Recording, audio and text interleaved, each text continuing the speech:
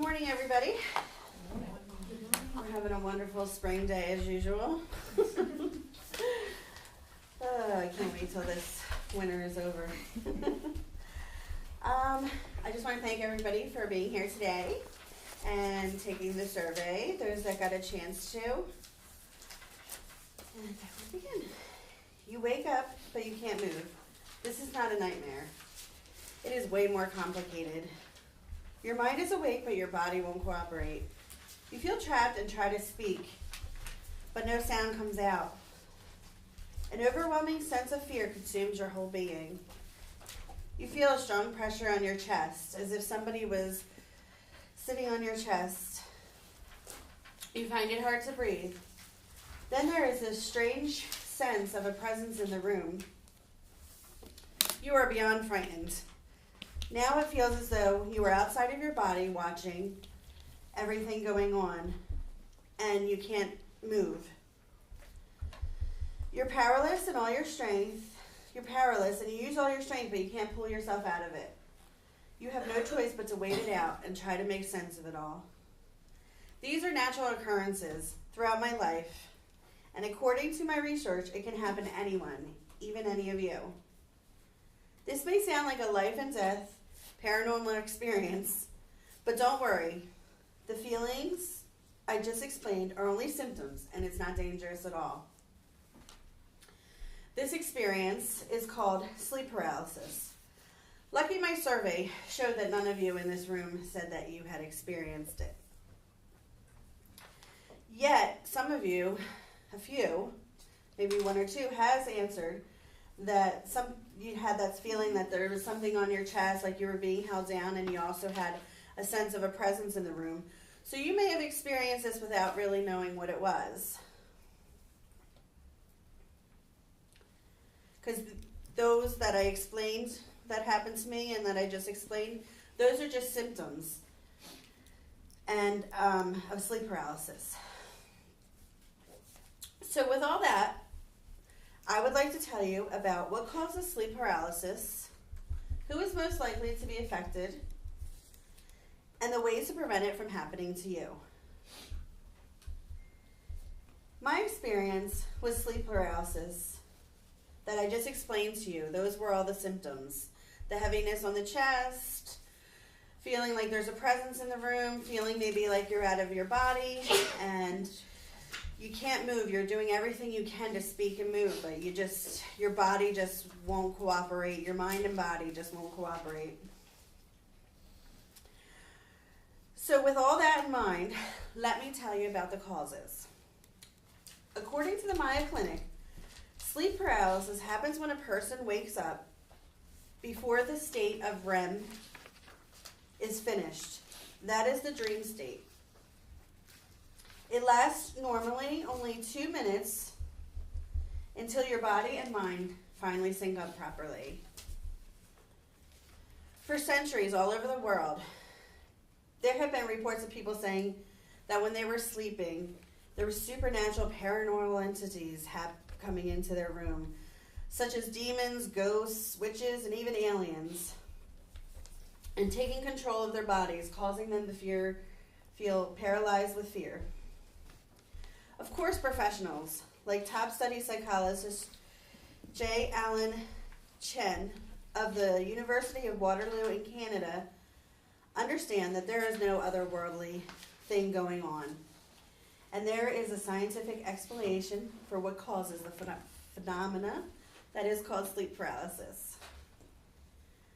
During deep sleep, rapid eye movement phase, known as REM, your brain actually shuts down voluntarily, using your muscles to keep you from acting out in your dreams.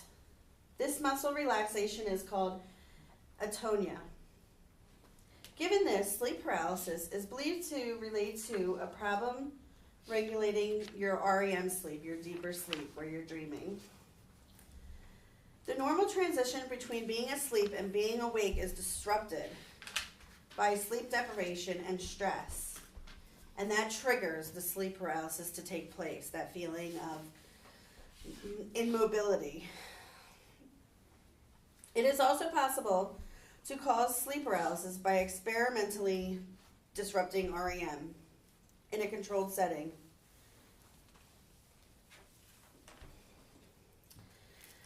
Now that we know what causes sleep paralysis, let me tell you who it would most likely affect. It is way more common to affect people with mental issues and also students.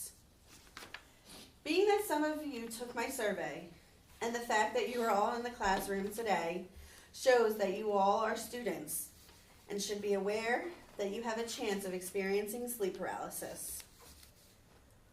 Also, just under half of the students in this class that took my survey said they had suffered from depression or other mental health conditions. So those may even be greater at risk of this occurring to them. A study conducted on a little over 36,500 participants by Brian Sharpless, a clinical assistant professor of psychology at Penn State, found that more than 28% of students, nearly 32% of psychiatric patients, and nearly 35% of people with panic disorders experience sleep paralysis. In my research, genetics is shown to play a crucial role in sleep paralysis due to studies conducted by Alice Gregory, PhD with the Department of Psychology at Goldsmith University of London. If any of your family members have experienced sleep paralysis, you are most likely to suffer at least once.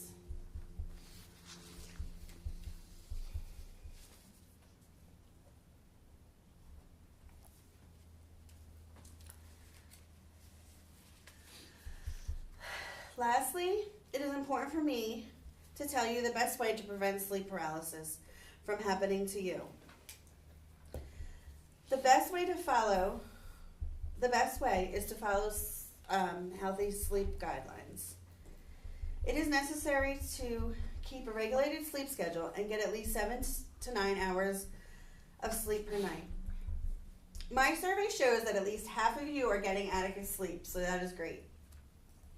Reducing stress will help greatly. Find some relaxation techniques, such as meditation before bed, and avoid caffeine after 2 p.m. It is also best to avoid eating or drinking alcohol at least 3 hours before bedtime. Helping prevent sleep paralysis can be as easy as changing your sleep position according to the Mayo Clinic. Those that are prone to sleep on their backs have a higher occurrence of sleep paralysis.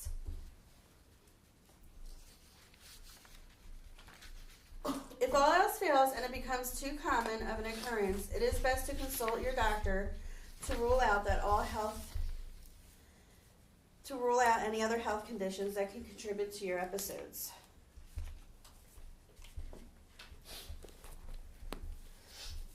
Although when you experience sleep paralysis, it can stay forever in your psyche, it is important to know it is a harmless event, and most people it occurs rarely.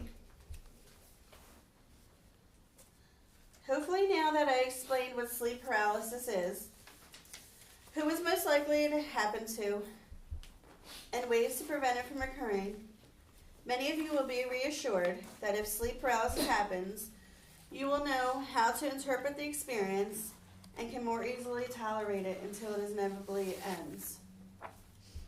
As for me, even knowing all this, every time it occurs, it leaves me wondering if there really is something more to it than what the scientific explanation is. Next time, instead of wrestling with my demons, I'll just have to learn to cuddle with them.